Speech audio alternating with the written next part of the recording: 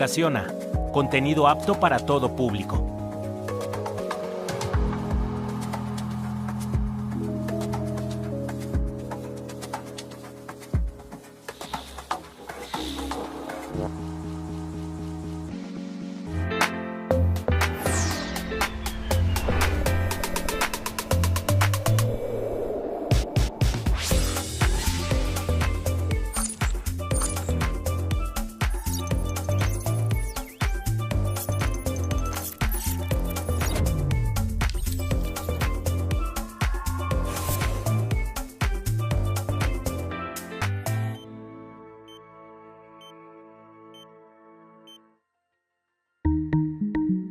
La depresión es un padecimiento de salud mental que afecta la calidad de vida primordialmente.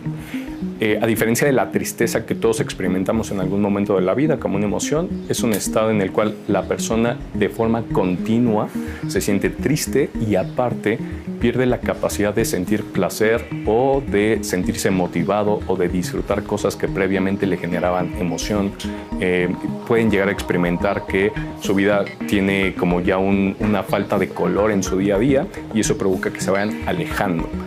En las últimas encuestas que estoy haciendo referencia en particular a la encuesta de 2022 de Ensanud, se refiere que hay una prevalencia en México de aproximadamente el 16-17%. Esto que implica que más o menos 1 de cada 6 personas padece depresión.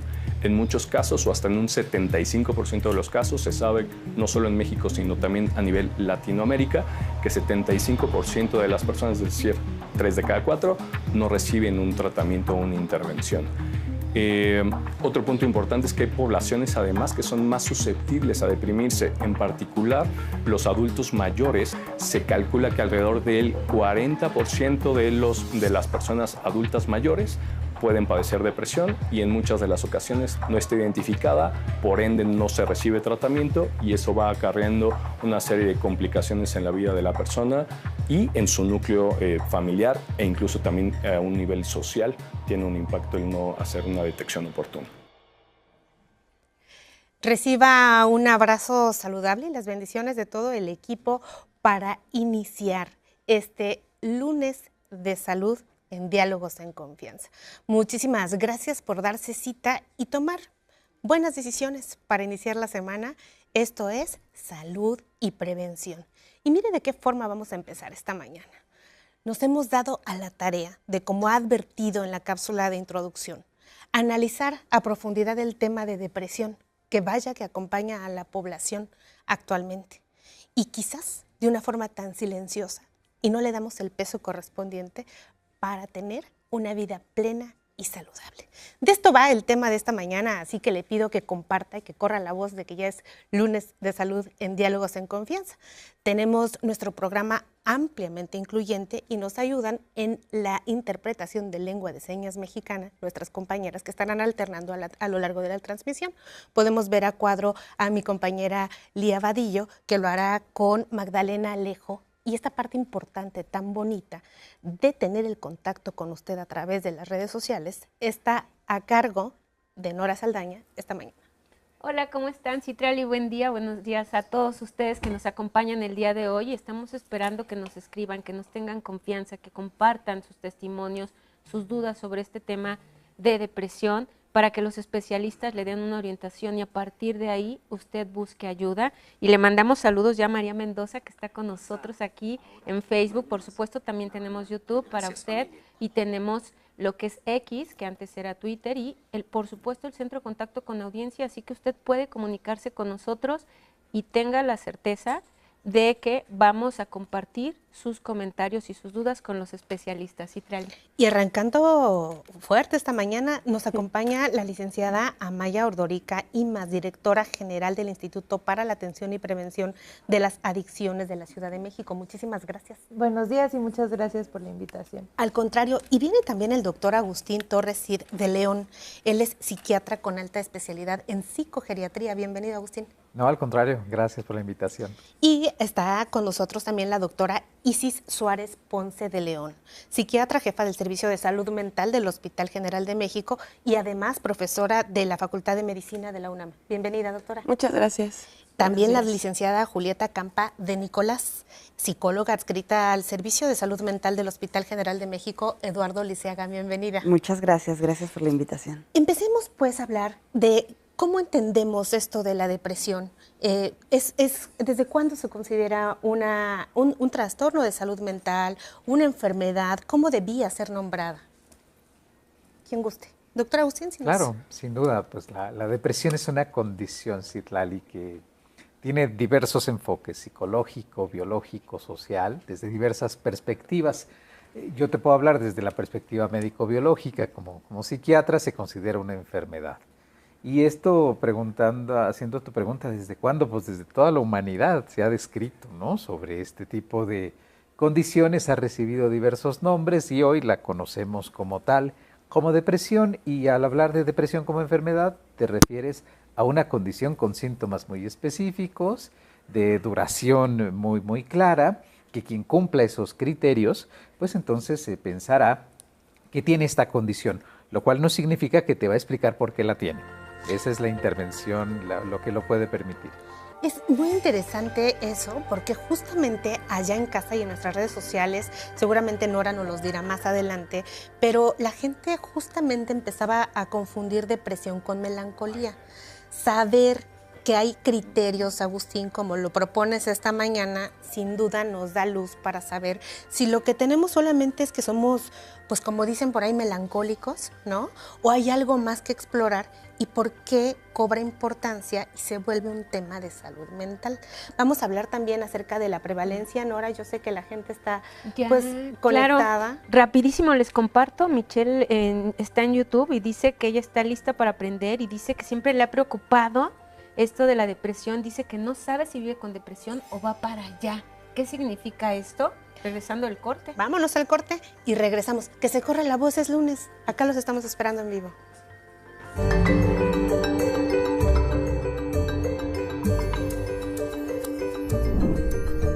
Cada 13 de enero se conmemora el Día Mundial de Lucha contra la Depresión. El propósito de esta fecha es sensibilizar, orientar y prevenir a la población sobre este trastorno.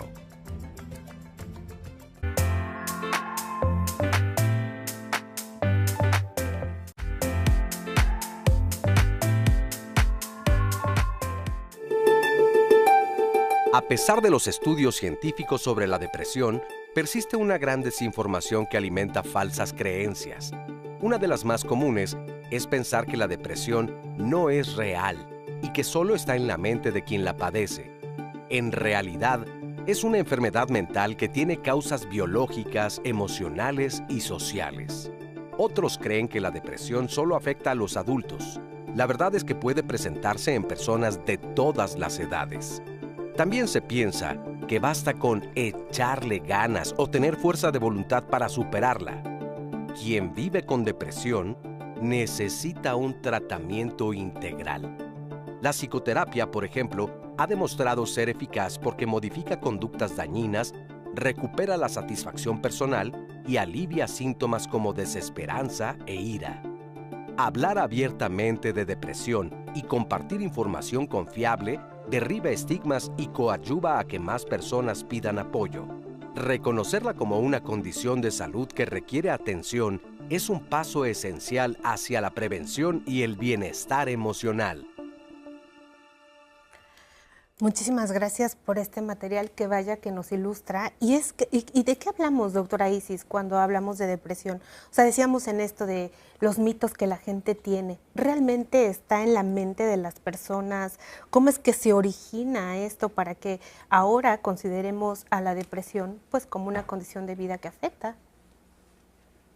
Sí, claro. Es bien sabido que existe un estigma bastante grande hacia la enfermedad mental, hacia los trastornos mentales.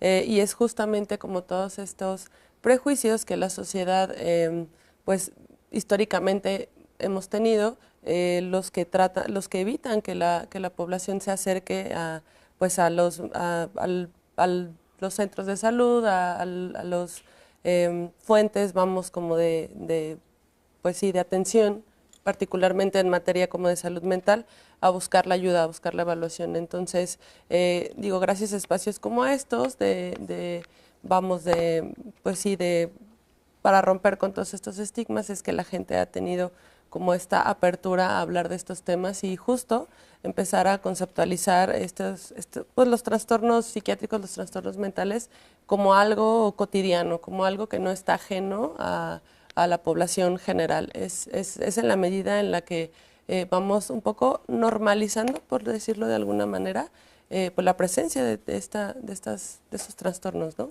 Y pensaríamos que no solo ajeno, sino más común de lo que pensábamos. Y preguntar, Julieta, sobre qué hay, o sea, de las personas que a menudo buscan psicoterapia, o sea, ¿cómo se ve que este trastorno afecta la calidad de vida de las personas? Yo creo que es importante como diferenciar dos cosas. Esto que hablábamos de la melancolía o de la tristeza, como un síntoma en el que estamos pues en relación constante porque al final son emociones con las que estamos compartiendo en el día a día. Pero la depresión en realidad es ya una manifestación clínica en donde hay criterios específicos, como mencionaba el doctor, los vamos a ir mencionando, pero que implican incluso una disfunción en las actividades de la vida cotidiana. Este cambio de comportamiento de decir, es que antes me gustaba hacer algunas cosas y ahora ya no las disfruto, es que mi papá, que es un adulto mayor, de pronto hoy no se quiso levantar de la cama a tomar su café, que a lo mejor era lo cotidiano que hacía. Entonces, cuando empezamos a ver un cambio de comportamiento y que ya está interfiriendo en nuestra vida cotidiana, entonces me parece que es un buen punto de partida para identificar que ya hay una depresión. Y justo pensar que son esos pequeños detalles, ¿no? De despertarse a lo mejor y tomar y saborear una taza de café, claro, y que de repente la vida parece que pesa tanto que no podemos ni siquiera pararnos a hacer ese pequeño acto, o siquiera abrir la ventana, o pues más allá, trabajar, abrazar a la gente. ¿Cómo es que se han logrado en los consejos médicos, psiquiátricos, tener este consejo? ¿Qué abarca el diagnóstico de depresión, Agustín? Claro. Mira, y escuchando a Julieta, es cierto. Necesitas dos criterios importantes para que quien nos ve y nos escucha se oriente y se haga la pregunta si a lo mejor lo mío es tristeza o depresión. Y dos criterios que tienen que ver. El primero, con un cambio de estado anímico, ¿no? Es importante mencionar que la tristeza y sentirte deprimido por más de 2 semanas, casi todos los días, la mayor parte de los días, más la presencia de un menor interés y gusto en lo que antes disfrutabas, lo comentan muy bien. Disfrutabas tu café, lo saboreabas, te sabía la vida muy rico, empieza a perder sabor y empiezas a dejar de hacer cosas. Son dos criterios que llamamos ánimo depresivo y anedonia, que significa pérdida o disminución de la capacidad de experimentar placer. Si ha estado por más de 2 semanas, en cualquiera que nos ve y nos escucha, la edad que tenga o la condición de salud que pueda estar ahora, es suficiente para ir a consultar un servicio de salud. Pero 2 semanas no es muy poquito, digo, nos verán las personas que... Espérame, son años que la gente lleva. Sí, justamente, claro. O sea, tú dices 2 semanas y yo digo, ay, caray. Y es que la parte de 2 semanas precisamente ayuda a que pues, no saturemos un servicio de salud mental por estar triste un día o 2.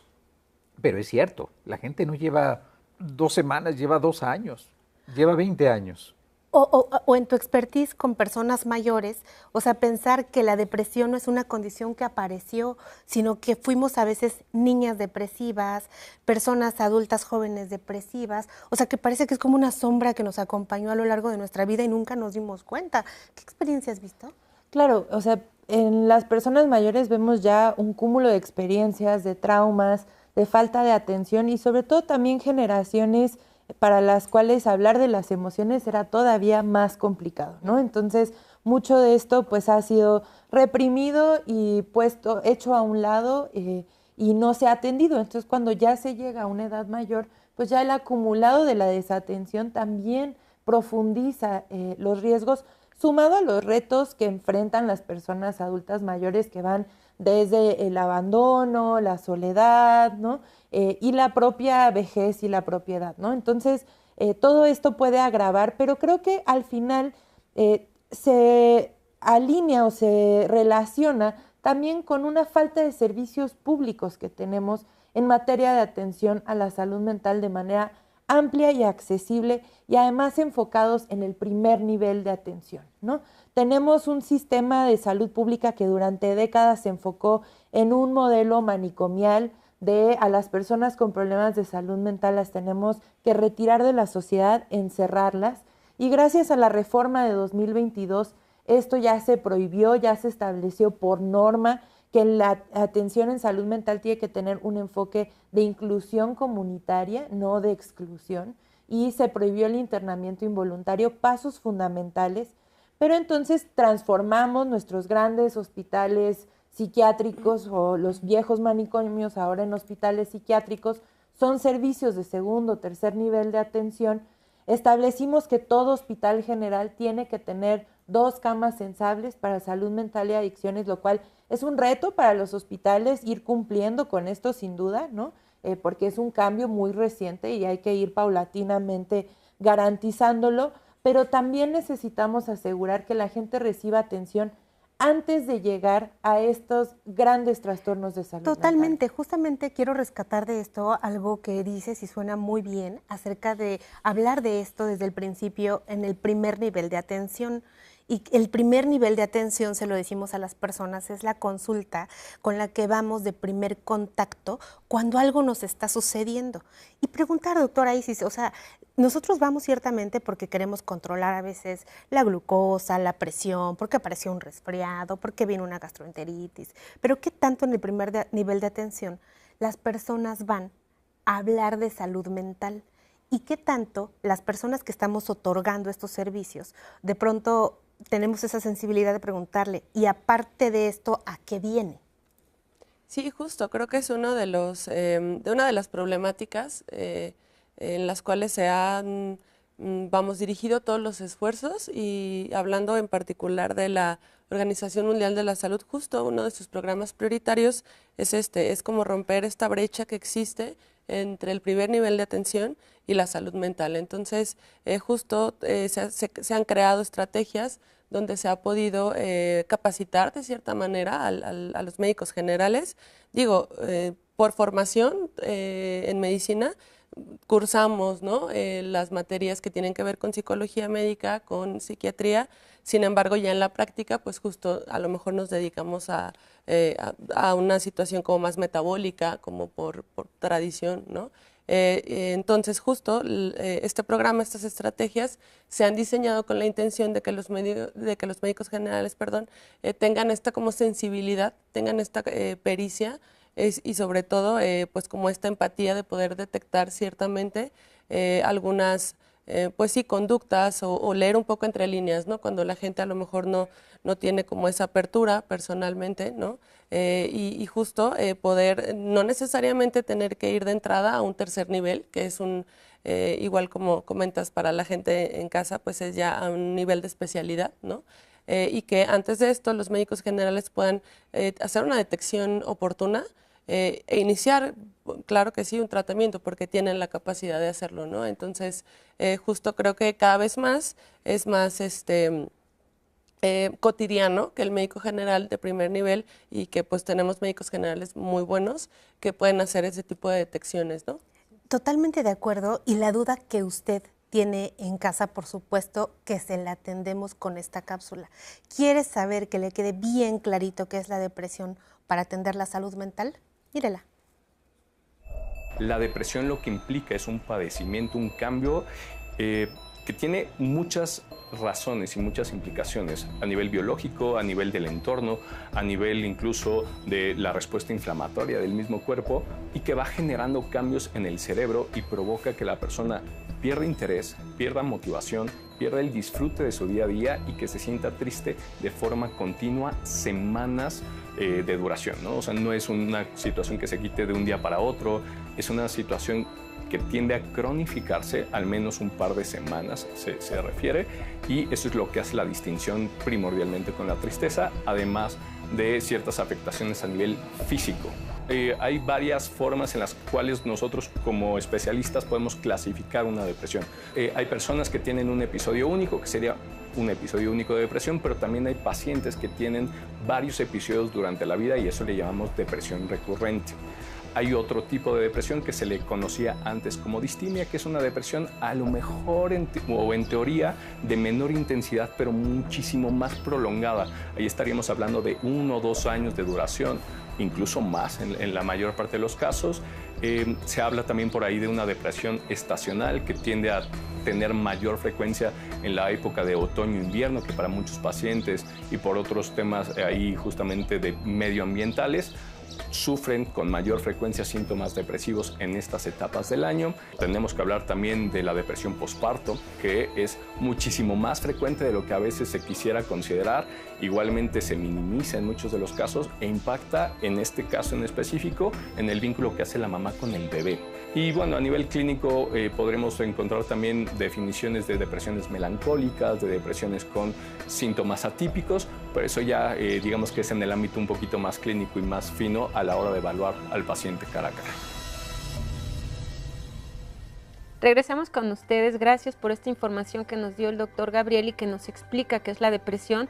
Gracias por sus comentarios. Hay muchísimos comentarios, historias de vida que nos están compartiendo. Y dice, con María Mendoza, dice, ¿cómo diferenciar cuando es una gran tristeza y una depresión? Y también nos están preguntando sobre... Nos vamos a ir al corte y regresamos porque hay comentarios muy, muy importantes, pero vamos al corte. Siga aquí en Diálogos con nosotros hablando de depresión.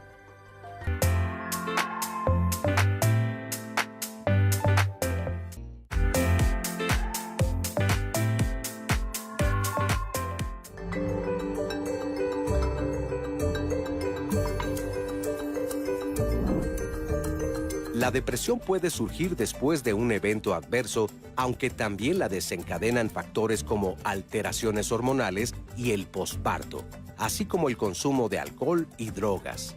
En algunos casos, aparece sin motivo aparente. Qué importante esta información que acabamos de ver, pero también todos sus comentarios, todas sus historias de vida. Y justo antes de irnos al corte, nos preguntaba María Mendoza, ¿cuál es la diferencia entre una gran tristeza y una depresión? Y en el corte les quiero compartir que platicábamos sobre las emociones y la doctora nos quiere decir esta cuestión y también la doctora Isis acerca de la importancia de, es que todo tiene un trasfondo y pareciera que es esto, el autocontrol de las emociones a veces en el no identificar que estamos viviendo depresión. Si nos quiere compartir, claro. Doctora. Muchas gracias. Yo creo que es importante distinguir lo que son las emociones con lo que es la depresión, como estamos comentando. Perder el miedo a vivir una tristeza es importante. Perderle miedo al dolor como le perdemos el miedo a la felicidad o a otras emociones. Entonces, no hay emociones positivas ni negativas como tal, digamos. Me parece que son cómodas o incómodas. Entonces, si a nosotros nos preguntaran cómo queremos sentirnos, nos queremos sentir felices todo el tiempo. Pero en realidad, pues la tristeza llega a ser incómoda. Cuando la tristeza es intensa, cuando la tristeza se vuelve crónica, pero no hay un impacto más allá en otras actividades de la vida cotidiana, como mencioné, podemos pensar que es tristeza y entonces vale la pena voltear de frente, ver la tristeza y decir qué es lo que me está generando esta tristeza para poder cuestionarnos cómo voy a resolver esta tristeza. Cuando ya no podemos entender a lo mejor a veces qué es lo que me está dando tristeza, pero tengo tristeza, estoy irritable, me peleo con todas las personas, no tengo ganas de hacer cosas que antes disfrutaba. Es también importante considerar entonces, como decía el doctor, después de 2 semanas la depresión. Pero hay un punto muy, muy importante que creo que vale la pena mencionar aquí, que es la distimia, que es esta depresión chiquita, o que ahora cada vez es más común escucharla como depresión funcional, que es por mucho tiempo, más de 2 años, 10 años quizás, en donde yo me siento triste, decaído, pero de pronto a veces sí tengo ganas de hacer las cosas y entonces digo, no, ya no estoy deprimida, esto era otra cosa, y entonces menospreciamos esos síntomas. Entonces, creo que también identificar que probablemente sí estoy deprimido, que se siente como una depresión pequeña o funcional, que le llaman ahora, pero que en realidad también merece su atención, su tratamiento en psicoterapia y su tratamiento farmacológico. También nos preguntan sobre, qué bueno que dijo esto porque nos hablaban de esta depresión funcional, pero también nos comparten que cuando identifican nos dice Sonia, cuando identifica este síntoma de que está triste y de que puede ser una depresión, acudió con el médico y lo que le recetó fueron vitaminas, porque lo que le pensó doctor Agustín es que estaba cansada y por eso no rendía. Entonces, que si pueden hablar de esta parte también. Claro, ocurre mucho, Nora. Es más, podría ser hasta una recomendación. Si usted ha ido al médico y le han dado todas las vitaminas que existen, piense que a lo mejor lo que tiene es una depresión, ¿no? Y esta falta de energía, cansancio, agotamiento, tristeza, problemas para dormir, problemas para tener iniciativa. Sin duda, ese tipo de medidas no son útiles, no son recomendables, salvo que tengas un déficit de vitaminas. Pero es importante para quien hace la pregunta que, como bien decía Julieta, un tratamiento combinado, psicológico y en sus casos, con la debida precaución y cuidado de tipo farmacológico y por tiempos breves en la mayoría de los casos. ¿Y a dónde podrían ir las personas si de repente no hay atención o si no hay esta preparación que están en este trabajo? Entendemos por lo que nos comparte, pero ¿a dónde van? Porque la verdad es que si te sientes perdido. Claro, bueno, recalco de nuevo que todo hospital general tiene que tener ya capacidad de atención en salud mental y adicciones para cualquier persona. Si se llega en una situación de emergencia, además hay una política de cero rechazo, entonces no importa la derechohabiencia, podemos acudir a cualquier hospital general, pero también tenemos los centros de cuidado de las emociones, Vida Plena, Corazón Contento, que forman parte de la estrategia Ciudad con Salud Emocional, Vida Plena, Corazón Contento, que ha promovido nuestra jefa de gobierno y nuestra secretaria de Salud, justo para ampliar la atención de primer nivel y la canalización oportuna hacia los servicios especializados. También en la Ciudad de México contamos con 32 centros comunitarios de salud mental y adicciones y todos estos servicios son gratuitos. Entonces, si bien muchas veces cuando pensamos en atención a salud mental, podemos pensar a lo mejor en el Hospital Fray Bernardino o en alguno de los hospitales psiquiátricos que tienen una atención de muy buena calidad, la mayoría de las personas no necesitan acudir de primera instancia a uno de estos espacios, sino a uno de los centros de atención de primer contacto, de primer nivel que hablábamos, para que se realice una primera valoración y una canalización acompañada para aquellas personas que sí pueden llegar a requerir entonces, adicional a la atención psicológica, una atención farmacológica, ¿no? Y que va a ser mucho más fácil también navegar los servicios especializados cuando se hace desde el acompañamiento, desde un primer nivel de atención, ¿no? Adicionalmente también, regresando a un punto que mencionaba la doctora Isis, que es fundamental, estamos trabajando arduamente entre el gobierno de la Ciudad de México e IMSS Bienestar para capacitar al personal médico, es decir, médicos, enfermeros, que no son propiamente especialistas en salud mental, con una metodología que ha promovido la Organización Panamericana de la Salud, que se llama MHGAP, para que puedan brindar atención básica en salud mental y que sepan detectar, orientar y canalizar a aquellas personas que lo necesiten, incluso cuando no tenemos un especialista en salud mental, porque es muy importante destacar, y aquí los doctores que nos acompañan no me dejarán mentir, que tenemos pocas y pocos psiquiatras en nuestro país. Necesitamos muchos más, ¿no? Entonces también necesitamos que médicos bien calificados, como decía la doctora, tengan capacitaciones adicionales para que puedan también brindar atención en esta materia. Muchas gracias. Les voy a compartir el testimonio de Caro. Dice, buenos días, hace 2 años me despidieron de un trabajo en donde estuve 15 años y ahora estoy en terapia y fue por una relación de pareja. Hace poco tiempo me di cuenta que la depresión que tengo es por la pérdida de trabajo porque yo sentí que perdí mi vida. Me ha sido muy difícil el acoplarme a los nuevos trabajos, todo el tiempo tengo miedo de que pase lo mismo. ¿Qué le dirían a Caro? Y yo quisiera también retomar esta parte porque nos habló de la valoración. Si Caro llegara con usted, ¿cómo sería la valoración para que nosotros entendamos? Porque aquí no es que me hagan un estudio de sangre, no es que vean la glucosa. ¿Cómo sería y qué le diríamos a Caro? Claro, para decirle a Caro que eso que le ocurrió hace varios años quizá guarde relación con su situación actual, más allá de la causa, ¿no? Quizá lo que está ocurriendo es todo lo que le ha pasado a ella desde entonces a la fecha. y a veces la modificación de todos los factores que están involucrados en que ella siga con este estado depresivo son la parte de intervención psicológica, que es muy importante. Yo sí agregaría que a lo mejor la evaluación médica puede ser de utilidad, como veíamos en la cápsula, porque a veces puede que esté fallando la tiroides, por ejemplo. Hay temas de salud involucrados alrededor de la depresión que pueden ser de gran ayuda, hasta una anemia. Y eso explica mucho de los síntomas. Pero acercarse a un servicio de salud mental requiere que la persona vaya con este convencimiento. Hay que decirlo, si yo llevo a alguien por la fuerza, si yo quiero convencer a alguien, no va a funcionar, no va a resultar. Entendemos lo difícil que es por el estigma, que las personas vayan por voluntad y pie propio, pero siendo ella, yo le sugeriría, vaya a recibir atención, una entrevista clínica, ya sea de psiquiatría, en primera instancia, para descartar problemas médicos y de salud involucrados, y si se decide un manejo, la psicoterapia es fundamental y en algunos casos, como decíamos, muy específicos, el manejo farmacológico. Y retomar un poco esto, queridos colegas, esta mañana igual si lo que decías, Amaya, acerca de estas atenciones y este esfuerzo que está habiendo actualmente pues por el gobierno, por las instituciones de reconocer la salud mental.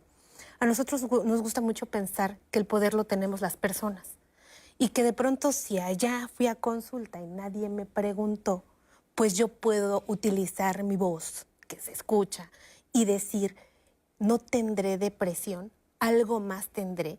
Y dejar quizás esta actitud paternalista que ha tenido la medicina a lo largo de la historia, en donde el doctor es el que dice lo que yo tengo y yo soy una persona solo receptiva, no sé. Sí, se deja de promover el término paciente, Claro. ¿no? Y estamos promoviendo un poco consultante, solicitante del servicio. Y efectivamente, a lo mejor no has recibido la atención que consideras, pero la iniciativa debe venir del usuario, de nosotros, de las personas, hacer la solicitud del servicio. Te podría decir que están abarrotados los servicios de salud mental y que la gente no va, pese a que estén disponibles, a que estén cercanos. Es como difícil, pero yo me uno a lo que acabas de decir. La palabra paciente debe de ir cambiando para una cuestión más activa. Totalmente de acuerdo. Y también preguntar, vimos en la cápsula el maravilloso trabajo de mi compañero Epigmenio Saldaña, pues haciendo el foco justamente acerca de que hay depresiones. Y lo trae Nora en los comentarios de las personas. Y voy a pues preguntarte a ti, querido Agustín, porque así como entendemos que hay vejeces, ahora decimos hay depresiones. O sea, ¿las depresiones no son iguales? Sí, si bien la depresión como una condición clínica es la misma, en todos los casos, cumples con los criterios clínicos, lo que cambia son los factores que están relacionados. Es diferente tratar a una persona con depresión bipolar, por ejemplo, que sé que no es el tema, pero el trastorno bipolar incluye episodios de manía y depresión, se trata completamente diferente. Una depresión en un adulto mayor se trata completamente diferente como es en un niño o como en una mujer en el inicio del posparto. Las características que la hacen diferente a la depresión precisamente son qué condiciones de la persona le están acompañando, pero en esencia, si hablas del episodio depresivo como tal, viene siendo el mismo. Con algunas variantes, quizás que en los niños y adolescentes el ánimo triste se cambia por irritabilidad y enojo. Entonces es un dato clínico importante que mencionar, pero sí es necesario saber si la depresión es por una esclerosis múltiple. Hay personas que llegan a la consulta y no se saben enfermos, llegan con síntomas depresivos, de ahí la parte médica es importante porque los estudias y los analizas y ves que sí hay depresión, pero tiene un problema médico que le está explicando, o como Amaya sabe bien, sustancias. Consumo de alcohol, sustancias, te puedo decir que es tanto como la causa o la consecuencia, y que evidentemente te requiere un tratamiento completamente diferente. Todo un tema, y aterrizar esta parte tan profunda que menciona Agustín, doctora Isis, porque en la evaluación de una persona, si bien tenemos estos criterios que son cuestionarios que están bien validados y que se hacen en entrevista con pacientes y podemos saber si hay o no depresión, algo que es muy importante son estos grandes diagnósticos diferenciales. Y sabemos que es tan vasto como el universo, hablar de diagnósticos diferenciales en depresión, pero los más frecuentes que las personas allá en casa deben de saber cuáles son. Sí, justo, me parece pertinente complementar la información, justo haciendo la aclaración que efectivamente la tristeza es una emoción. Sin embargo, es un síntoma de la depresión, ¿no? La depresión como tal, pues es un trastorno que tiene que reunir ciertos criterios, de los cuales ya comentó el doctor algunos, y efectivamente lo primero que hay que hacer en la evaluación de una persona que llega buscando la atención porque él sospecha o ella sospecha que tiene la posibilidad de una depresión, es justo hacer una evaluación médica, ¿no? O sea, los trastornos psiquiátricos son entidades que se diagnostican descartando, o sea, cualquier tipo de causa médica estrictamente no psiquiátrica. Entonces, lo primero que hay que hacer es una evaluación justo para pues, poder descartar enfermedades principalmente hormonales, como lo comentaba el doctor, un hipotiroidismo, algún otro tipo de desequilibrio hormonal.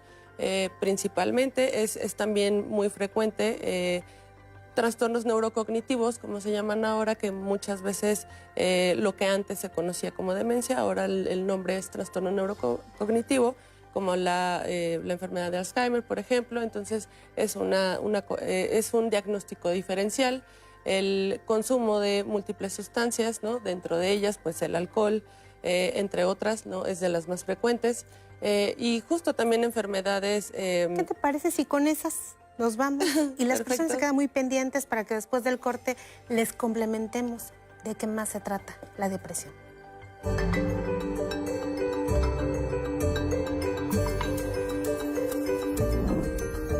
El auge de la inteligencia artificial plantea nuevos desafíos. Cada vez más personas recurren a herramientas digitales en busca de orientación o incluso consultas sobre salud mental. Aunque estas tecnologías son útiles para ofrecer información general, es fundamental comprender que no sustituyen la atención profesional ni los diagnósticos clínicos. Dr. Agustín Torres, psiquiatra.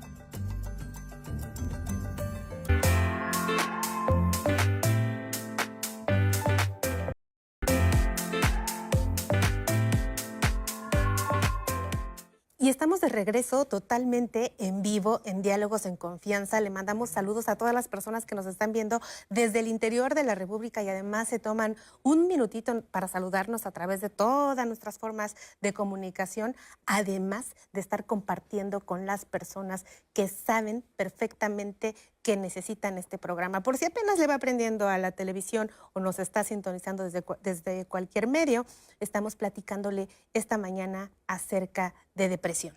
Y antes de ir al corte, platicábamos con la doctora Isis acerca de esta variedad de diagnósticos diferenciales y nos quedaron algunos en el tintero. Sí, hablábamos acerca de las causas que pudieran, descartarse hablando médicamente, ¿no? Pero también quisiera comentar algo importante. Justo el hecho de tener el diagnóstico de depresión te hace, eso por sí mismo es un factor de riesgo, ¿no? En otra enfermedad médica. O sea, claro, existe esa comorbilidad y está como bien documentado que esa comorbilidad es alta, ¿no? Y nosotros que venimos de un hospital general, justo vemos esa parte, ¿no? Donde vemos pacientes que vienen de oncología, que vienen de distintas especialidades y son pacientes que al mismo tiempo están teniendo un diagnóstico de cáncer, por ejemplo, y al mismo tiempo tienen como entidad nosológica la depresión. Entonces, justo también sería importante recalcar que no necesariamente se encuentran las entidades de manera individual, ¿no? O sea, existen las comorbilidades y la depresión es de las comorbilidades más frecuentes en una enfermedad médica. Y cuando decimos comorbilidad, es algo que se agrega a dañar la vida de las personas. Digamos, un diagnóstico más, una condición de vida más que se agrega. Con eso decimos comorbilidad. O sea, que una persona puede estar viviendo con estas enfermedades que nos dices, Isis, y además se agrega la depresión. Así es. Y si le preguntamos a Amaya, seguramente nos va a decir que también es una cuestión social, como bien como socióloga corresponde.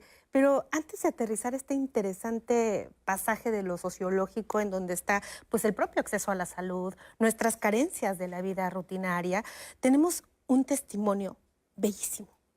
Alicia se dio a la tarea de platicar con nosotros. Vamos a escucharte, querida. El evento que detonó el que yo me diera cuenta de la depresión fue un evento de salud que me llevó a aislarme. Primero fue un sentimiento de enojo porque no esperaba yo que mi vida cambiara radicalmente. Y después, cuando me di cuenta que eso pasaba, a sentir culpa. Entonces ya era una cosa, otra que me fue llevando a una situación ya insostenible, ¿no? Que por todo explotaba, por todo me enojaba, por todo estaba triste. Llegué a pensar que, no sé, que no hacía falta aquí, que todo lo que pasaba era en relación mía y mejor no debía de existir. Fue un mes internada. La mayor parte del tiempo me la pasé llorando y los médicos decían que yo no podía seguir así porque no podía yo ayudarme a esa convalescencia que ellos necesitaban ver.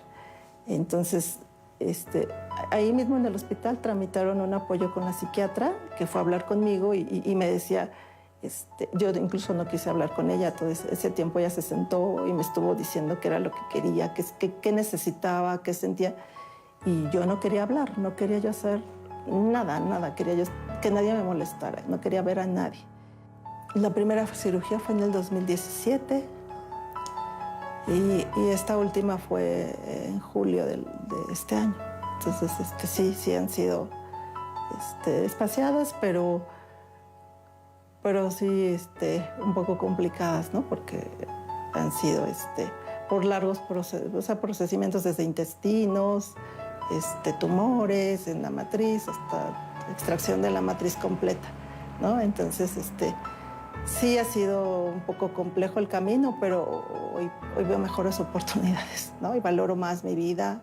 Y el año y medio que he tenido de terapia me sirvió para ir corrigiendo muchas cosas, darme cuenta que soy vulnerable, que tengo miedo, que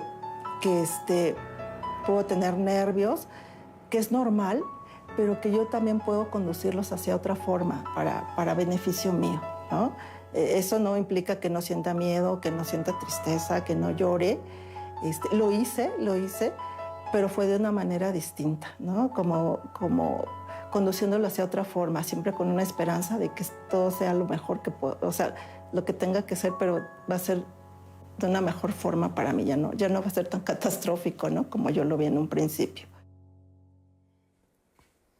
Y sin duda ver cómo recuperaste tu vida, pero cómo además te atreves a hablar de tus emociones, es un gran ejemplo para nosotros esta mañana. Amaya, hablábamos justamente acerca de esta parte sociológica, pero también de algo interesante de esta tendencia al tratamiento de la depresión que nos atañe esta mañana, ¿no? Y decías tú, hay una tendencia a medicalizar.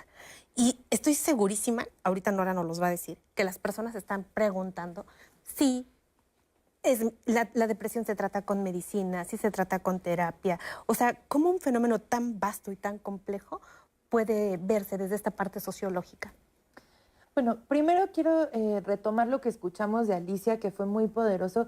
Ella nombró muchísimas emociones, ¿no? Y cuando hablamos de depresión, muchas veces recurrimos a hablar de la tristeza, pero como ya se ha nombrado en este espacio, son muchas las emociones que forman parte de la depresión. No es lineal, no es estática, ¿no? Y creo que eso que nos comparte Alicia, y ese es el poder de hablar de la salud mental, y que el estigma muchas veces pues genera esta opacidad que no permite compartir las experiencias y por ende ayudarnos a lo mejor hay alguien que escuchó a Alicia y dijo, sí, yo he sentido eso, ¿no? Y creo que eso es fundamental.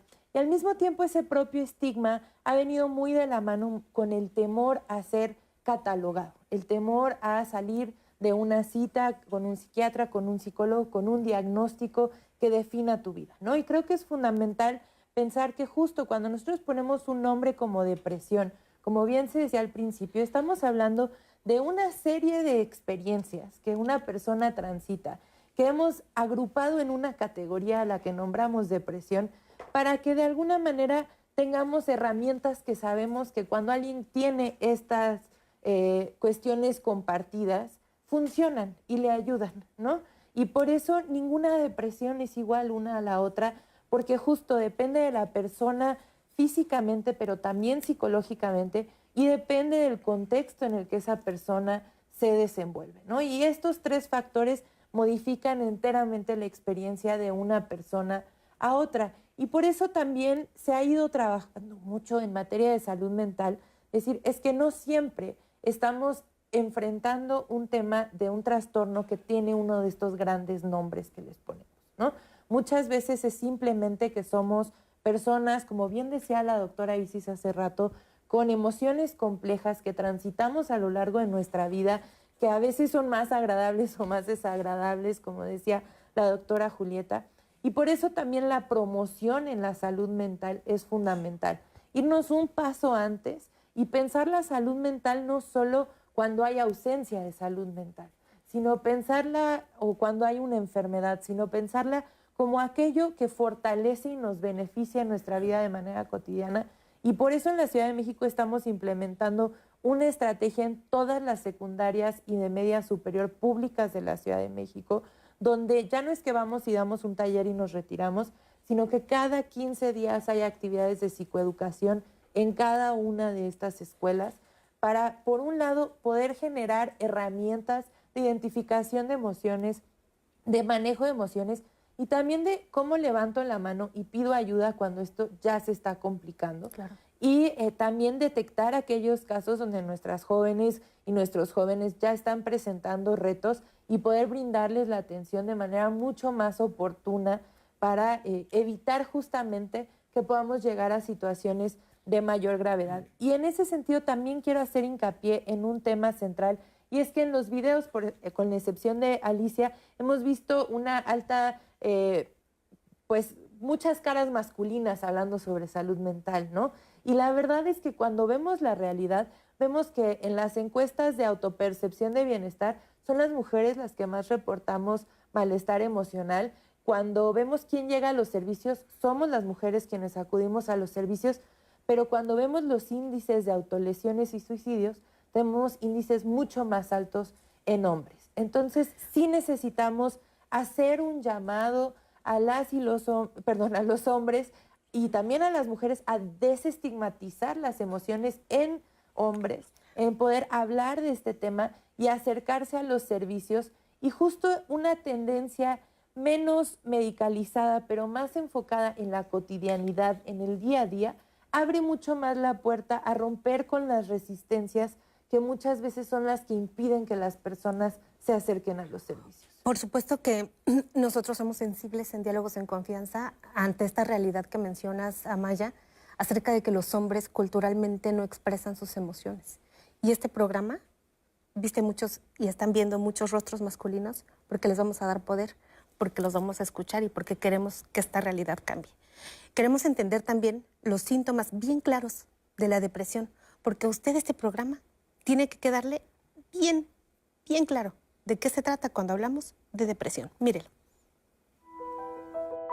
Es importante decir que para identificar la depresión, el sujeto tiene como parámetro el cómo se siente él de forma, cuando no hay síntomas, es decir, cuando se siente con bienestar, cuando está tranquilo, ese es el parámetro de referencia.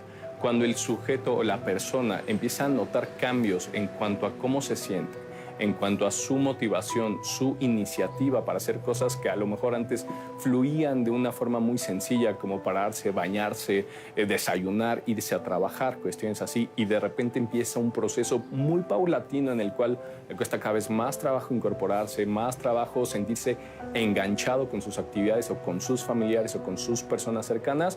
Eso es un dato de alarma. Es muy observable en una persona que padece depresión que también tenga por ahí una intensidad alta de ansiedad, nerviosismo, miedo inespecífico. La irritabilidad también es un síntoma a considerar como estas manifestaciones, más allá de la tristeza. Las personas con depresión también pueden estar irritables, en particular hombres, niños, adolescentes, adultos mayores. Pueden, en vez de manifestar o de que se les observe tristes, estar marcadamente irritables. Hay algunos otros síntomas que pueden ser a nivel físico. La persona se puede sentir muy fatigada, muy inquieta, también puede ser otra de las alternativas. Otro de los síntomas que se describen o de las manifestaciones que puede presentar una persona con depresión es la falta de apetito o un aumento de apetito, e igualmente un síntoma sumamente frecuente son problemas relacionados a calidad y mantenimiento del sueño. En algunos casos, cuando pues esto se va agravando, empiezan pensamientos o cogniciones, les llamamos nosotros, vinculados a sentirse culpables o a pensarse culpables de ciertas situaciones, insuficientes respecto a su entorno, que no son buenos estudiantes, que no son buenos en su trabajo, que son un mal elemento, digamos, en su círculo social. Y en casos más graves, pues sí puede haber incluso pensamientos relacionados a la muerte, deseos de morir o pensamientos de suicidio como tal. Muchísimas gracias, doctora Ahumada, por ampliar nuestro conocimiento esta mañana y pedirte ayuda, Julieta. Queremos ayuda para identificar nuestras emociones, cómo nombrar, cómo hablar de nuestras emociones en un mundo también en donde tenemos que ser políticamente correctas y correctos y, híjole, ¿qué se dirá de nosotros si nos expresamos? Claro. Lo primero, creo que es importante entender que las emociones son innatas, ¿no? Todos tenemos las emociones y hay 6 emociones principales: felicidad, tristeza, ira, sorpresa, desagrado y miedo. Y de estas emociones que son innatas y que son primarias, se desencadenan algunas otras que a veces no sabemos que son emociones o que a veces no sabemos cómo apalabrarlas. Entonces, muchas veces creemos que porque somos adultos ya sabemos hablar de emociones, ¿no? Y cuando hablamos de emociones, hablamos de talleres para niños, para adolescentes, son valiosísimos, claro, pero llegamos a la vida adulta a veces sin saber colocar las emociones de manera correcta. Y para esto hay una actividad que me gustaría compartirles, que puede estar a la mano de todos, que es el círculo cromático de las emociones o la rueda de las emociones. Lo pueden encontrar así en páginas de internet y justo describe de manera central las emociones principales y luego las emociones más complejas. Entonces el ejercicio que invito a los televidentes a hacer es poder decir cómo me siento hoy y tratar de captar un pensamiento de cómo me siento y tratar de buscar en esas emociones cuál es esa emoción que tengo. A lo mejor no la puedo apalabrar, pero sí puedo leerla, sí puedo entender de dónde viene esa emoción, cuál es la emoción innata y qué otras se desencadenan. Y después quizás preguntarme, ¿cómo puedo resolver yo esta emoción? Y si con eso nos quedamos e invitamos a todas las personas a que nos digan qué emoción les acompaña esta mañana, están ahora en las redes sociales y nosotros en vivo, acá en Diálogos en Confianza. Vamos al corte y regresamos a platicar de depresión.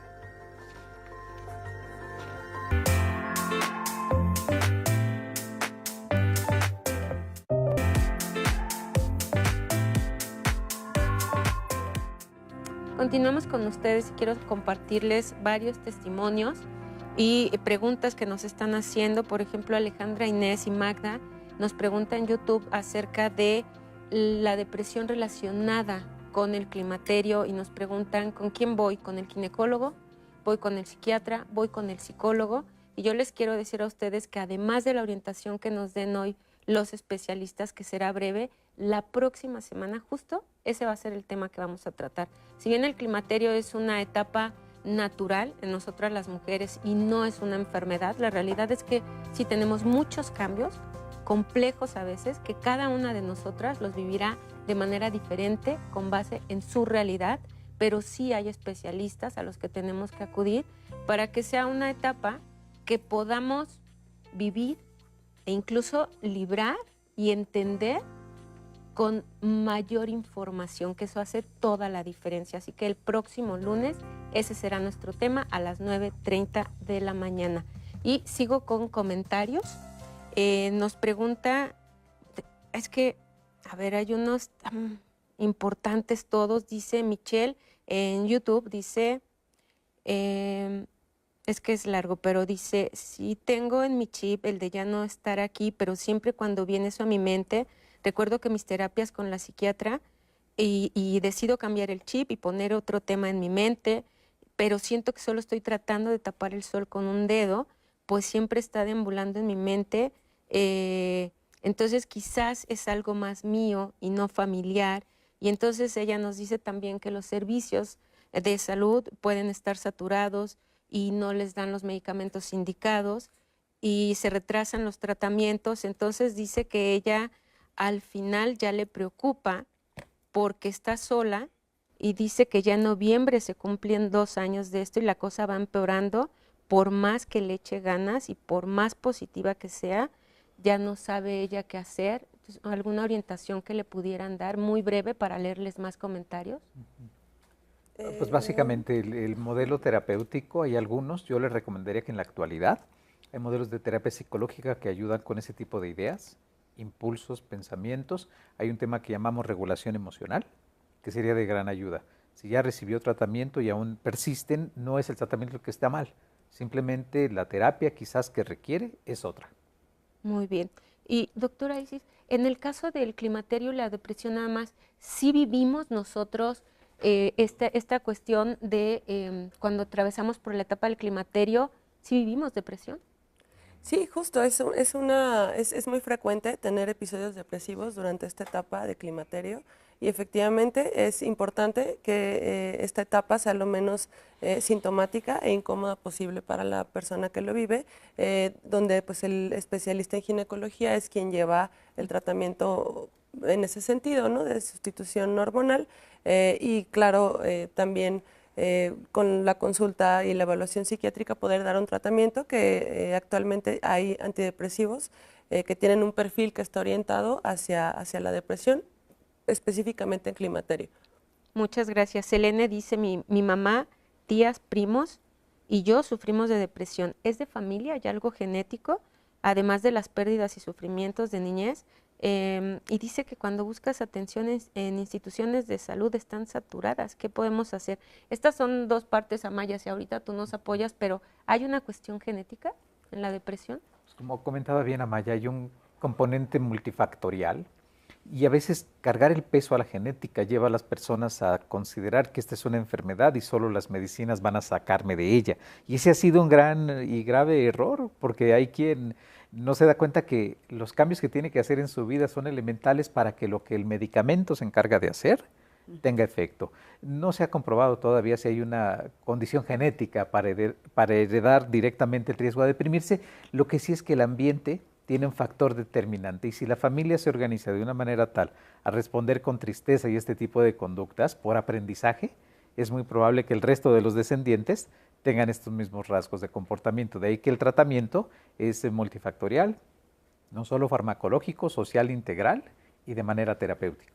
Gracias, doctor. Amaya, de una vez aprovecho esto de los servicios saturados y puedes apoyarnos orientando si está saturado a dónde voy, para dónde volteo a ver, y también pregunta en YouTube Kio Genru si estos servicios solo son para los habitantes de la Ciudad de México. Bueno, primero quisiera regresar al primer comentario porque la persona se está abriendo, nos está compartiendo pues algunas ideaciones y pensamientos que son muy sensibles y hablan de la posibilidad de llegar a tener pensamientos de hacerse daño o de poder estar en situación de mayor riesgo, y en ese sentido quiero recalcarle a toda la población la importancia de que ante estas situaciones está la línea de la vida, hay que llamar al 800-911-2000. No es momento para dejar o postergar, sino que es un momento clave para buscar ayuda y poder recibir la atención que se requiere. Y a través del 800-911-2000, la línea de la vida, se puede canalizar a los servicios de atención, además de recibir una psicoorientación. Adicionalmente, compartir que en casos de mayor gravedad o urgencia, también Locatel y 911 son líneas telefónicas a las cuales se puede llamar para acudir a solicitar apoyo o incluso acudir a cualquier servicio de urgencias de un hospital general en la Ciudad de México. Añadir que además los centros de cuidado de las emociones y los centros comunitarios de salud mental y adicciones de la Ciudad de México atienden a la población de cualquier estado, no es requisito ser habitante de la Ciudad de México, pero además los centros comunitarios de salud mental y adicciones existen en otros estados de la República, justamente como en el Estado de México, entonces puede haber incluso un centro más cerca de su lugar de residencia, y en la propia línea de la vida les pueden asesorar sobre cómo acercarse a los servicios. Amaya, y justamente queriendo complementar a estos servicios, hicimos el material del gran esfuerzo que se está haciendo, porque hoy reconocemos que no hay salud sin salud mental. Miren. En el Instituto para la Atención y Prevención de las Adicciones, en este transcurso y periodo de tiempo estamos en un proceso de transformación. Vamos a pasar a ser el Instituto para la Atención a la Salud Mental y las Adicciones en la Ciudad de México, el YASAMA. Con ello, ahora sí vamos a poder tener las atribuciones y la rectoría de la atención a la salud mental. Esto no quita el hecho de que ahorita ya estemos generando acciones y estrategias para la atención en salud mental y por supuesto al consumo de sustancias psicoactivas a través de una estrategia general que es la estrategia Vida Plena Corazón Contento, la cual cuenta con 3 ejes muy importantes. El primero es el de prevención comunitaria. A través de la prevención comunitaria vamos a estar cada 15 días en todas las escuelas secundarias y de media superior públicas. Van a tener a una persona, un psicólogo, psicóloga, especialista en salud mental, brindando atención, identificación, abordaje, cuestiones psicoeducativas y por supuesto generando canalización. En la parte de escucha y cuidado, que es este segundo gran eje de la estrategia Vida Plena Corazón Contento, está la atención que es de contención emocional, primeros auxilios psicológicos. También en este eje vamos a contar con los cuencos de las emociones, que van a ser espacios presenciales en algunos lugares de la ciudad, como por ejemplo, ahorita ya se cuenta con uno en la Glorieta Insurgentes y otro en Metro Constitución de 1917. El tercer eje es la atención primaria. Contar con espacios que permitan ya no solamente tener contención emocional, sino también recibir una atención integral en salud mental. Y hablar de atención integral es hablar de contar con diversos especialistas para la atención, desde trabajo social, psicología y por supuesto referencias a un tercer nivel si hay la necesidad. La depresión se caracteriza por una tristeza persistente y la pérdida de interés en las actividades con las que normalmente se disfruta, así como la incapacidad para llevar a cabo las actividades cotidianas durante al menos 2 semanas. Desde el YAPA contamos con una oferta de servicios de contención emocional, donde podrán encontrar ustedes una atención de primeros auxilios psicológicos, de contención emocional, a través de nuestra atención virtual, a través de nuestra línea telefónica, a través de nuestro YapaBot y por supuesto a través de nuestras redes sociales. Muchísimas gracias y desde Diálogos en Confianza deseamos que esta estrategia sea extremadamente útil y que usted ponga ahí un recadito, lo ponga en el refrigerador, cerca del teléfono, en casa, estos números que de verdad cuando se necesitan y estamos en esta angustia, en esta desesperación de no saber cómo apoyar a nuestro familiar, a nuestro ser querido, de verdad que es oro molido. Ese es el trabajo que están haciendo. Muchísimas gracias, Amaya. Y justamente escuchábamos en la cápsula acerca de los cuencos de las emociones, ¿no? Y nos decías, Agustín, algo interesantísimo, que las emociones tienen un sentido, tienen una razón de ser. Claro, le llamamos que las emociones tienen una función, cumplen un propósito. Lo decía muy bien Julieta, desde que nacemos están ahí, tienen una razón de ser y es importante que la gente no tenga miedo a experimentarlas, ya que la duración de las mismas es breve. Y cuando digo breve son 5 a 10 minutos como máximo, ninguna emoción dura más tiempo. Por eso es importante establecer que quien ahorita nos ve y nos escucha, que pensamos hablar de tristeza, si le está durando una semana, 2, 3, 4, 5, eso ya no es una emoción de las saludables, por llamarlo así. O sea, por ejemplo, para entenderlo muy claro, por ejemplo, que yo me enojé mucho ahorita, ¿no? Y esta emoción en 5 a 10 minutos de mi cuerpo ya se fue. Y si tengo como este estado como de enojo persistente de 2 semanas, ¿qué cosa es o cómo lo nombro? Evidentemente, mira, y es que la emoción, y ponte a pensar cuántas cosas decimos cuando esa emoción está presente y el daño que podemos provocar. Después de 5 o 10 minutos, la mayoría estamos arrepentidos, avergonzados de las cosas que hemos dicho, de la manera que actuamos cuando la emoción estaba en su máximo nivel. Entonces, la recomendación es dejar que la emoción suba lo que tiene que subir y generalmente en este lapso de tiempo no actúes. Si tienes la emoción intensa, la que sea, no tomes decisiones, ninguna acción. Y esta va a ir decreciendo poco a poco hasta desaparecer. Si esta se mantiene por más tiempo, como describías, si llevo enojado 1 mes, eso no es por ningún motivo. O hay quien va a decir, yo toda la vida, ¿no? Exactamente, o sea, pues, sí. No es algo saludable. No es algo saludable. No o sea, este tipo de cosas, emociones que persisten, cualquier tipo de emociones. ¿Y qué tal que me dices, estoy alegre todo el tiempo? Imagínate, eso te puede conducir a la bipolaridad. Si una persona ahorita no se escucha y está alegre todo el tiempo, por más de 2 semanas, también puede ser una condición clínica de salud mental, que ya sea que esté euforizado por consumo de algún alcohol o sustancia, o sea una condición como la bipolaridad y la manía. Ahora vimos en las redes que Nora nos compartió que la gente tiene duda de por qué a uno le da depresión, ¿no? O sea, ¿cuál era el factor de riesgo? Nos mencionó de origen genético, pero hay otras cosas que están hoy entendiéndose en la medicina a través de justamente lo que decíamos, circuitos eléctricos, la famosa microbiota intestinal que se supone que nos modera y nos dice cómo comportarnos. ¿Qué hay de esta evolución, Isis? Sí, claro, justo la depresión pues es una entidad, factores que están que tienen una interacción compleja, ¿no? Y justo una de ellas, pues, se ha visto que hay cierto componente como de heredabilidad, sin embargo, no es como pues la única causa, ¿no? También existe factores sociales, por ejemplo, la experiencia de un evento estresante, pues, grave, ¿no? Puede desencadenar como toda esta, podremos decir, cascada, ¿no?, de síntomas. Pudiese haber de pronto situaciones en población vulnerable, como lo es la población que es migrante o población que a lo mejor se encuentra viviendo algún desastre natural o alguna situación, por ejemplo, de conflicto bélico. Entonces, son causas que pueden decantar, ¿no?, la presencia como que de la depresión. Entonces, hablando un poco acerca de la neurobiología de la depresión también existen varias teorías que explican el por qué una persona se deprime, ¿no? Una de ellas es justo pues un desequilibrio de los neurotransmisores, ¿no? Pero no es la única, ¿no? Y por muchos años fue como que la explicación como que más integrada, por decirlo de alguna forma. Sin embargo, no es la única, ¿no? También se sabe que puede haber una hiperactividad en el eje hipotálamo, hipófisis, adrenal, donde vemos que hay más cortisol, ¿no? Entonces, puede también últimamente se ha visto como la expresión de citocina, o sea, de inflamación.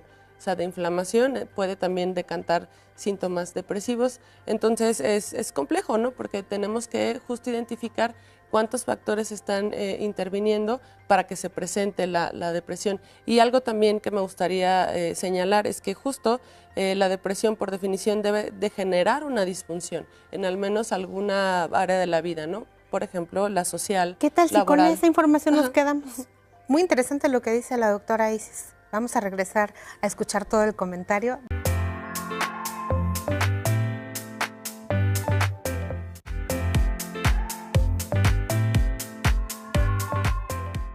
Qué bueno que continúa con nosotros, porque los quiero invitar para que mañana nos acompañen en el programa de Familia y Cuidados, donde el tema será Niñas y Niños en Orfandad, Cuidados y Protección. Y es que la orfandad coloca a los niños y niñas y adolescentes en situación de vulnerabilidad, y mañana lo que se dará son herramientas para reflexionar cómo garantizar el bienestar de estos niños y niñas y adolescentes, destacando el papel del DIF. Así que los invitamos para que mañana nos acompañen a las 9:30 de la mañana, porque será un programa muy importante del que todos de verdad tenemos que aprender y ver qué es lo que podemos hacer en torno a este tema también como sociedad. Y ahora los invito, nos hablaba Maya, nuestra invitada, acerca de todo el trabajo que hace la línea de la vida, y nosotros tenemos una cápsula para ver qué hacen con mayor detalle. Así que vamos juntos a verlo. La Línea de la Vida es un centro de psicoorientación telefónica cuyo propósito es proporcionar servicios de atención psicológica a personas que por razones de diversa índole experimentan una crisis emocional. Se trabaja con el modelo de primeros auxilios psicológicos, en tanto que la persona recibe ayuda especializada. Se da esta contención emocional, se da información y se puede dar orientación tanto a la persona que llama como a los familiares o personas vinculadas al entorno del usuario, claro, con su debido consentimiento. La Línea de la Vida atiende los 365 días del año a las 24 horas del día, que es el 800-911-2000, las 24 horas del día, los 365 días del año, para que de ahí sea derivado en un sistema de referencia y contrarreferencia a la unidad más adecuada dependiendo del problema del que se trate. Generalmente, alrededor del 60% de nuestras llamadas son mujeres, amas de casa, no necesariamente porque son las que tengan mayor cantidad de crisis emocionales, sino reportan los problemas de los hijos, de las parejas o de sus entornos, hasta los propios vecinos. Pero sí tenemos llamadas que van encaminadas, usuarios que reportan problemas de ansiedad, depresión, adicciones, que corresponde al 29%. La información es totalmente anónima y confidencial, y que pueden tener la certeza de que pues uno de nuestros objetivos es que se reciba atención con un alto sentido humanista y de calidad. Muchísimas gracias. Y miren ustedes, antes de pues ir al corte y de escuchar nuestras cápsulas y a Nora, nos quedamos, Isis, en esto que es los neurotransmisores, esta teoría del desequilibrio de neurotransmisores que fue pues muy avalada y además reconocida históricamente en la psiquiatría, y justamente habría como estas dudas que decíamos nosotros, el cortisol, todo lo que mencionaste, Isis, decías, mídeme lo que sea y demuéstrame que sí, ¿no? O sea, ¿de dónde viene esto? O sea, si es, porque la desesperación, o sea, las personas que hemos tenido depresión, y esta incertidumbre con la que volteamos a ver a quien nos atiende y decimos, ¿será que sí? ¿O será que no me está evaluando correctamente como yo necesito? O sea, ¿por qué no se hacen estos estudios? Justo, sí es importante aclarar que para llegar al diagnóstico de un trastorno depresivo, pues se hace una entrevista, ¿no? La cual debe ser, en el mejor de los casos, debe llevarse a cabo por un profesional en salud mental, en este caso un psiquiatra, y bueno, se hace una historia clínica, ¿no? Se hace también pues una serie como de,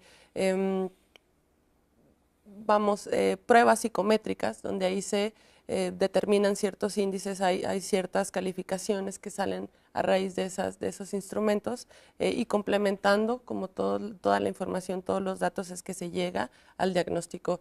No existe hoy día un estudio que yo te pueda decir, vamos a mandárselo a hacer al paciente y donde me vaya a salir justamente es un paciente deprimido. Entonces es algo que hay que psicoeducar a la población acerca de que no hay como tal ni un estudio de laboratorio ni uno de gabinete donde pueda yo detectar una depresión, por lo cual pues el paciente debe estar consciente que es a través de la observación, es a través de la entrevista clínica que llegamos al diagnóstico, como lo dije anteriormente, claro, descartando otras entidades. Y por eso a lo mejor pedimos estudios muchas veces, porque a lo mejor la gente en casa estará pensando, pero a mí me han pedido algún laboratorio. Sí, lo hacemos como un protocolo de estudio, justo para descartar la presencia de alguna otra situación que esté un poco como, por decirlo de alguna manera, simulando un episodio depresivo, o bien para ver si existe como que tanto una enfermedad médica como la presencia de depresión. Y decir que, bueno, esto es valiosísimo para las personas que viven con depresión, Isis, pero también para los familiares, que a veces no entendemos de qué cosa hablamos, sobre todo cuando leemos y no encontramos nada. Entonces, está bien fácil, como decíamos en nuestro material que les compartimos esta mañana, pues pensar que está en la mente de la gente, ¿no? O sea, que eso no existe. Y justamente hablando de esta parte de la mente, que muchas personas han pensado que está acá arriba en la estructura cerebral. Agustín, ¿qué sucede en un cerebro de una persona que ha vivido con depresión mucho tiempo? Sí, tenemos evidencia, como bien dice Isis, acerca de estudios de imágenes cerebrales, que son los que nos pueden ser de gran ayuda, y hay áreas específicas que tienen menor volumen, ¿no? Y algunas de estas áreas, por volumen me refiero a menor tamaño del cerebro, están involucradas en el desarrollo de padecimientos cerebrales después de los 60 años de edad. Por ejemplo, desarrollar una demencia tipo Alzheimer o de cualquier otra naturaleza. Tener depresión es uno de los factores de riesgo modificables para desarrollarla. Entonces hablamos de, si bien no se ha establecido bien el vínculo entre uno y otro, como bien decía Isis, las sustancias inflamatorias cerebrales, los cambios químicos pudieran predisponer como los cambios de conducta. Pero efectivamente hay áreas del sistema nervioso que se van a ver afectadas, principalmente las que controlan atención, concentración y memoria. Que son muchísimas. O sea, nos estás diciendo atención. O sea, la gente de repente pensamos que no ponemos atención, no se nos olvida. O qué tan concentrados estamos o capaces de retener algo. Por eso el bajo rendimiento escolar y Claro. laboral pueden ser señales indispensables y muy importantes para detectar una depresión. Qué importante que lo digas, porque justo a nuestros niñas, a nuestras infancias, ¿no? En la edad escolar decimos, es que este niño no aprende, o necesita lentes, o a lo mejor su estrategia didáctica pues no es la adecuada, pero ¿qué tal si la persona está deprimida, ¿no? O sea, que hablar de depresión en población infantil yo creo que es todo otro tema muy interesante, y qué bueno que lo traes a la mesa, porque justamente el identificar que no solamente es una condición de vida de la etapa adulta nos deja mucho. Nora, ¿qué dicen las redes? Pues justo con base en este tema que están comentando, y sabemos que tenemos el tema del día de mañana, bueno, el espacio de familia y cuidados, que por supuesto se ha tratado este tema de depresión, pero en este momento hay papás que nos preguntan si brevemente les pudieran contestar si los síntomas en niños y adolescentes y niñas son los mismos cuando viven con depresión que en los adultos, o habría algún cambio que ellos tendrían que identificar, doctora. Sí, los síntomas de la depresión en las infancias, en la adolescencia, pueden observarse con ciertos cambios, ¿no? Normalmente, o es frecuente que los niños, en lugar de manifestar quizá la tristeza como tal, presenten cambios conductuales, ¿no? Entonces es muy notorio que presentan irritabilidad. Entonces, la irritabilidad es una de las, síntomas como que alertan a los padres, y que deberían de, a lo mejor los padres, un poco enfocarse en ese sentido. Y quizá a lo mejor también podríamos decir que la disminución de actividades placenteras tiene que ver más con el juego. Entonces son niños que a lo mejor dejan de jugar. Se observa también como cambios en el apetito muy marcados, cambios en el sueño, principalmente, pero en general podría yo decir que es muy similar pues la sintomatología. Y también para usted, doctora, y si nos apoya, Scarlett dice: ¿qué hay de las personas con TDA que toda su vida no han podido encajar en la sociedad y no tienen motivación para vivir, pero cada día luchan y los papás nos sentimos importantes? Ella también nos complementa y nos dice que como padre se sienten impotentes de sacar a sus adolescentes de la depresión. A veces no quiero salir de casa porque me preocupa que se lastime, no encuentra estímulo en nada, y hay más comentarios que nos dicen que justo como Claudia Coutinho, que aunado a esto nos dicen que no hay tantos especialistas que se enfoquen en personas que viven con depresión y además una discapacidad psicosocial. ¿Qué nos puede comentar? Sí, un poco como en orden de cómo me lo fuiste comentando. Sí. Efectivamente, el trastorno por déficit de atención e hiperactividad es una neurodivergencia que con mucha frecuencia tiene como comorbilidad, es decir, al mismo tiempo está presente un episodio depresivo, ¿no? Entonces es importante identificar las entidades para poder dar el tratamiento adecuado. Y efectivamente los padres, el TDA no solo se presenta en las infancias, sino también persiste en la adolescencia y en la adultez. Sin embargo, con mayor frecuencia se diagnostica en etapas tempranas de la vida. Y muchas veces los padres sienten como compromiso acerca de poder, tratar o erradicar la presencia de los síntomas psiquiátricos pues en sus hijos. Sin embargo, es importante considerar o limitar hasta dónde es la responsabilidad del padre, ¿no? Entonces, un poco hablando acerca de este caso que nos comentabas, donde el adolescente tiene autolesiones, pues yo la invitaría quizá como a una valoración igual subsecuente, o no sé, habría que valorar si es el tratamiento adecuado, ¿no? O qué otras opciones tiene. El tratamiento es bien individualizado, no podría yo generalizar porque es muy específico por cada caso, ¿no? Gracias, doctora. En las llamadas, Virginia Pérez dice: tengo 68 años, en mi caso me siento aislada con mis hijos, yo creo que puedo tener depresión. ¿Qué sucede cuando se conjunta la depresión con la ansiedad? ¿Cómo es el tratamiento de ambas, o es el mismo tratamiento? Y felicita a los especialistas. ¿Qué le podemos comentar a la señora Virginia? Claro, el manejo en estos casos requiere identificar la presencia de ansiedad, Las personas mayores son resistentes a recibir terapia psicológica. Yo aprovecho el espacio para recomendarles que hay técnicas específicas de eficacia probada para sentir alivio. Y sí, el aislamiento social es uno de los factores que incrementa 4 veces más el riesgo a depresión. A veces lo vemos en la familia. Mis recomendaciones: hay grupos de apoyo, grupos de reunión de personas arriba de 60 años. Podría probar que eso es mucho mejor que un manejo farmacológico. Así es, y están también en las 15 utopías que existen ya en la alcaldía de Iztapalapa, y se va a abrir en las nuevas utopías también las casas de día para adultos mayores, que son espacios de convivencia, de activación, que además también tienen estrategias de prevención del desarrollo de deterioro cognitivo, ¿no? Entonces, realmente es un espacio donde se puede encontrar comunidad para personas adultas mayores enfrentando situaciones de abandono. Y que sea la oportunidad de compartirle a la audiencia de Diálogos en Confianza, al público de Diálogos en Confianza, que justamente este tema vinculado a la soledad, depresión y enfermedades neurodegenerativas ha tenido últimamente una asociación increíblemente fuerte y sustentable, que es motivo de estudio, de protocolos de estudio en donde se está caracterizando este tipo de alteraciones neuropsiquiátricas entre demencias y otras cosas, pues que llama mucho la atención. Estamos completamente en vivo en Diálogos en Confianza. Le queremos invitar a que todavía se quede a nuestra programación. Nos vamos a corte, regresamos.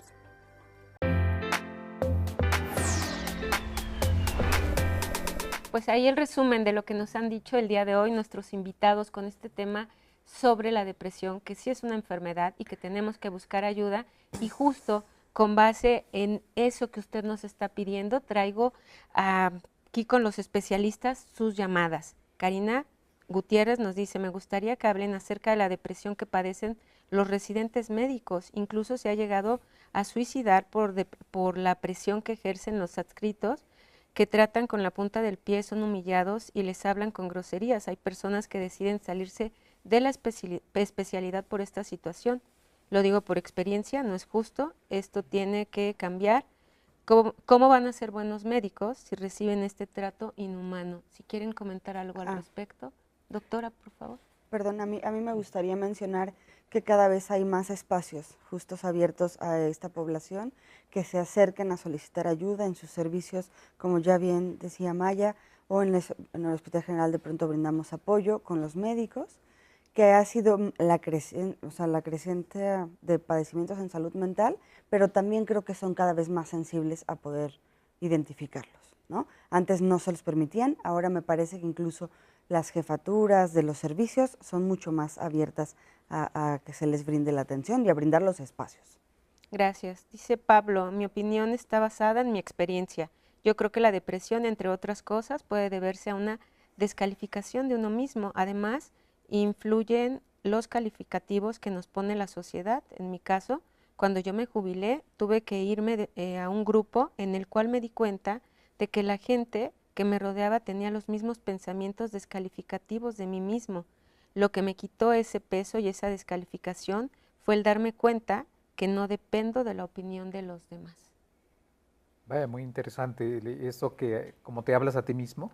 Hay algunas terapias que se han diseñado específicamente, terapias narrativas, y tienen que ver con conducta verbal. De ahí la importancia de cómo te trates a ti mismo en tu salud mental, Nora. Gracias. Jorge dice, de Puebla: saludos a Puebla, a Culiacán. Nos han estado escribiendo de los estados de la República. Gracias por la confianza, en verdad hay mucha participación. Él nos dice: la depresión de una persona en algún momento, si es muy fuerte, puede llegar a fallecer. ¿Esto relaciona con suicidio? Sin duda, esa sería una de las principales razones y riesgos y peligros reales que bien ya hemos mencionado.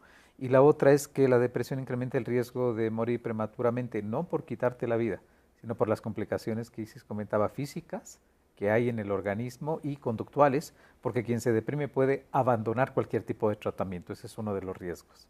Desde Guanajuato, Antonio nos dice: tengo tiempo que no puedo dormir, no sé si eso se pueda llamar depresión. Yo tomo una pastilla para la cabeza y otro medicamento como losartán. No sé si exista una medicina mejor, que él tendrá otras enfermedades por lo que nos está diciendo, pero específicamente en cuanto al no poder dormir, ¿también tendría que ser una causa por la que yo vaya a consulta para ver si es por depresión? Sí, definitivamente. Creo que las alteraciones en el ciclo sueño-vigilia pueden ser un síntoma de un episodio depresivo y también pues merman mucho la funcionalidad de la persona. Entonces creo que definitivamente sería uno de los motivos por los cuales podría él acudir a una evaluación. Gracias, doctora. Dice Mauricio Reyes, me estoy tratando con un psicólogo, pero hace 2 semanas me dio un ataque de ansiedad, ya que en el médico me dijeron que podría tener diabetes por su glucosa elevada y le gustaría que nuestros invitados le comentaran el estado de ánimo puede afectar su salud y esta relación con la diabetes podría llevar a una cuestión de depresión. Como comentaba Isis, la resistencia a insulina puede derivarse del estrés crónico.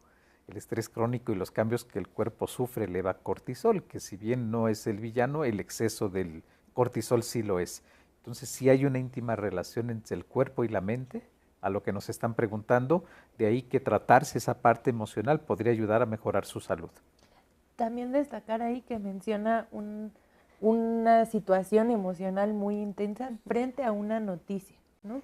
Entonces eso es normal en la vida, que reaccionemos frente a las noticias, frente a lo que suceda en nuestro entorno, pero justo como se ha mencionado es el tema de cuando eso se estanca y se vuelve algo crónico que impide el funcionamiento de mi vida, y para este tipo de momentos hay otras herramientas que también podemos aprender a utilizar para el manejo de los momentos de crisis emocional que no necesariamente nos hablan de un trastorno depresivo como tal, ¿no? Gracias. Álvaro Espinosa, a Cuernavaca, saludos a Cuernavaca también, dice, tengo depresión. Y dice, él nos pregunta, ¿por qué ya no se mencionan a los grupos de autoayuda como una opción para tratar este tema? Y aprovecho, Florín nos dice, ¿cómo puedo hablar con mi amigo que sufre de depresión sin lastimarlo?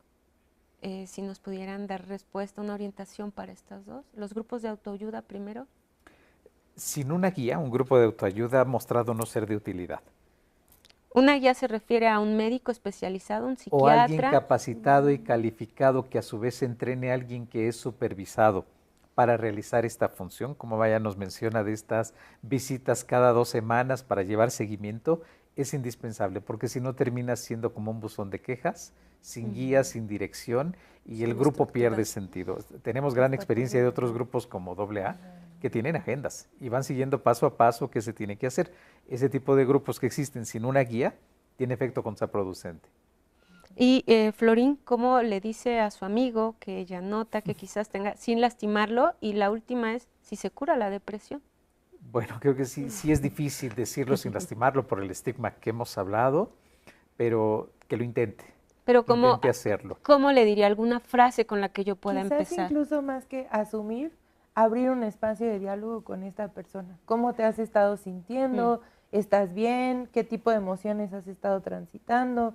Y eso quizás puede abrir el espacio a que la persona le comparta y a lo mejor percibe que es una depresión y a lo mejor es otra cosa lo que trae, ¿no? Entonces, llegar asumiendo lo que tiene la persona quizás no sea lo más estratégico, pero sí, si notamos que alguien cercano está atravesando un momento complejo, sin duda acercarnos y abrir el espacio de diálogo para que esa persona en sus formas y en sus tiempos nos comparta lo que está atravesando es clave, y que le recordamos que estamos ahí, que si necesita algo puede apoyarse en nosotros y que podemos ayudarle a buscar orientación para atender cualquier situación que está viviendo es clave, ¿no?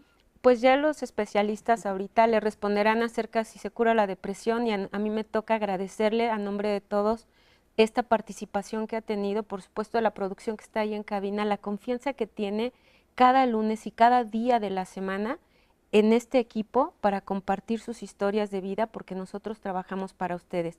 Así que gracias por la participación de hoy, y sabe que este programa se queda ahí para que lo pueda compartir y lo pueda seguir consultando. Citlali. Así es, Nora, y muy cerca de la recta final, así como dice la canción, al final se acerca ya.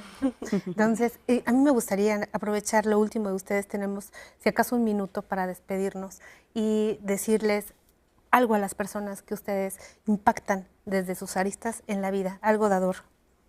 Bueno, a mí me gustaría decir que nadie tiene por qué pasarla mal emocionalmente, que existe la psicoterapia, que existe el apoyo de psiquiatría, de médicos especialistas, y que además de recibir una atención de terapia, a veces sentimos que la terapia no ayuda, porque la terapia no todas las terapias son para todos, pueden elegir la que quieran. Agustín. Pues al igual que los medicamentos, como dice Julieta, no todos son para todos, que eviten la automedicación y que consulten al médico. Gracias, Agustín.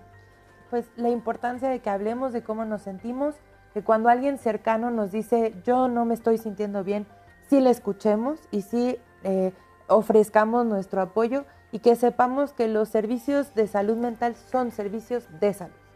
Gracias, Amaya. Isis. Sí, invitar a toda la gente a que pues acuda a los servicios de atención en salud mental para promover una sociedad más sana, una sociedad más productiva y pues aprovechar los avances de la ciencia en pro de mejorar nuestra calidad de vida. Gracias a todas. A usted, háblese bonito.